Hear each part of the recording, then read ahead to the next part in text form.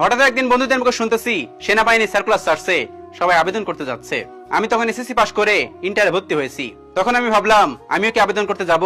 তারপর আবার ভাবলাম আমি তো গরিব ঘরের ছেলে, আমাকে কি 8-9 লাখ টাকা দিয়ে পরিবার থেকে চাকরি নিয়ে দিতে পারবে। তারপর সবকিছু ভেবেও বন্ধুদের সাথে চলে গেলাম আবেদন করতে। আবেদন করে আসছি, বাসার লোকজন জানতো না। হঠাৎ আমার ফোনে একটা এসএমএস আসছে, অমুক তারিখে আমার ইন্টারভিউ দিতে যেতে হবে। সত্যি বলতে তখন আমার পরিবারের লোক জানতো না যে আমি সেনাবাহিনীতে আবেদন করেছি। সেদিন আমি নিজের সবকিছু নিজের মতো গুছিয়ে নিয়ে চলে গেছিলাম সেনাবাহিনীর মাঠ করতে, চাকরির ইন্টারভিউ দিতে। সত্যি বলতে সেদিন আমার পরিবারের লোকজন জানতো না যে আমি সেদিন চাকরি ইন্টারভিউ দিতে গেছি। সবাই জানতো আমি কোচিং এ গেছি। প্রতিদিনের মতো আমি 11টায় কোচিং শেষ করে বাসায় চলে আসবো। সেদিন 11টা পার হয়ে গেল, আমি সেনাবাহিনীর একটা পদক্ষেপ গ্রহণ করতেছি। আমি জানি আমার আব্বু ফোন দিবে, তাই ব্রেক টাইমে সবার আগে আমি ব্যাগ থেকে মোবাইলটা বের করেছি। ব্যাগ থেকে মোবাইলটা বের করে দেখি বাবা অনেকবার ফোন দিয়েছে, তাই আমি নিজে আব্বুকে কল ব্যাক দিছি। আব্বু কল দেওয়ার সাথে সাথে আমাকে বলতেছে, কই তুই এখনো বাসায় আসলি না কেন? 12টা বাজতে চলেছে। তুই জানিস না বাড়িতে অনেক কাজ আছে, মাঠ থেকে গরুর জন্য ঘাস আনতে হবে, তুই এখনো ঘুরে বেড়াচ্ছিস কেন? আমি বললাম আব্বু আমি আসতেছি। তাই বলে ফোনটা কেটে দিয়েছিলাম। সত্যি বলতে তখন আমার সেনাবাহিনীর মাঠের একটা পদক্ষেপ চলছিল। আমি নিজেকে নিয়ে ব্যস্ত ছিলাম, কি করব বুঝতে পারছিলাম না। দেখতে দেখতে বেলা 3টা বেজে গেছে। আমি তো জানি আমার আব্বু কেমন, হয়তো অনেকবার কল দিয়েছে, রেগে বসে আছে, আম্মুকে বকাঝকা করতেছে। সত্যি কথা বলতে আমার অনেকগুলো পদক্ষেপ শেষ হয়ে গিয়েছিল, আর মাত্র 2-3টা পদক্ষেপ আছে, লাস্ট ফিনিশিং।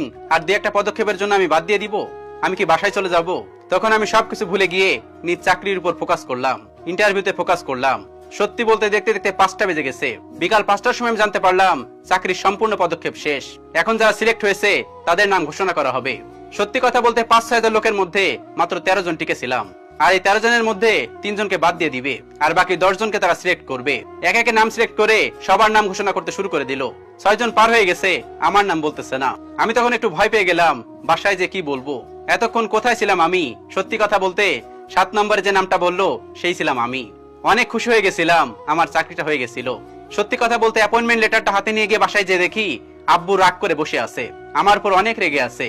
আব্বুকে বললাম আব্বু আমার চাকরি হয়ে গেছে। আব্বু তখন বললো বাজে কথা বলিস না, তোর কাজ তুই কর গিয়ে যা, বন্ধুদের সাথে আড্ডা দিয়ে বেড়া যা, বাসার কোনো কাজ তোর করতে হবে না, তুই আমার সামনে থেকে সর।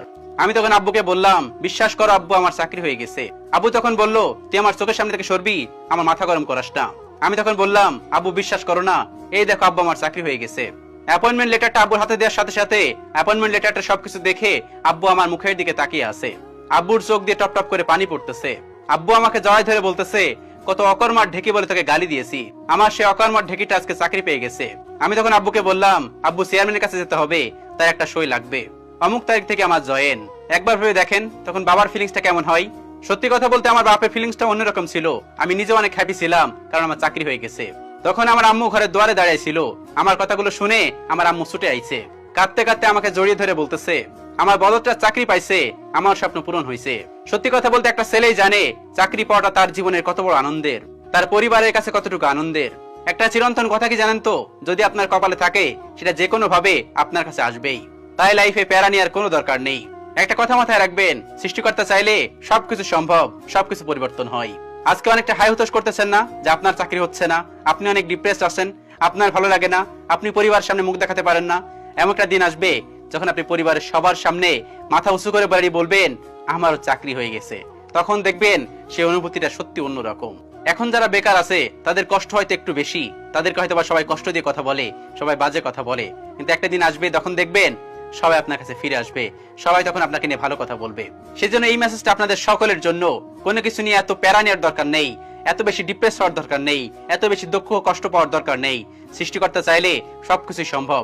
সৃষ্টিকর্তার কাছে চান এবং আপনি আপনার চেষ্টা চালিয়ে যান, অবশ্যই আপনি পারবেন। আল্লাহ তাআলা আমাদের সকলকে বোঝার তৌফিক দান করুন, আমিন।